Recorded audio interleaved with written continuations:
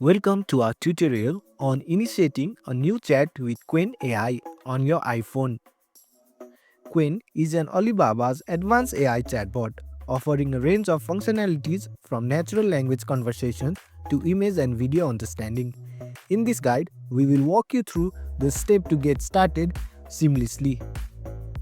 At first, you have to be on the home screen of your mobile phone. Open your Qwen application. Once you are logged in, you will be greeted by the chat interface. To initiate a new conversation, you have to tap onto the plus icon which is right down your screen. Tap on it. On your keyboard, you can type in your message or queries.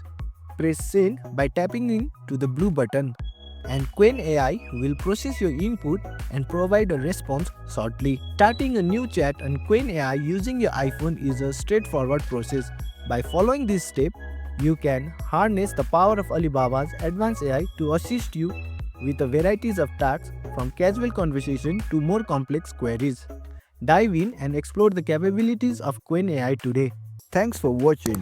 If you found this helpful, give it a thumbs up and consider subscribing for more tutorials.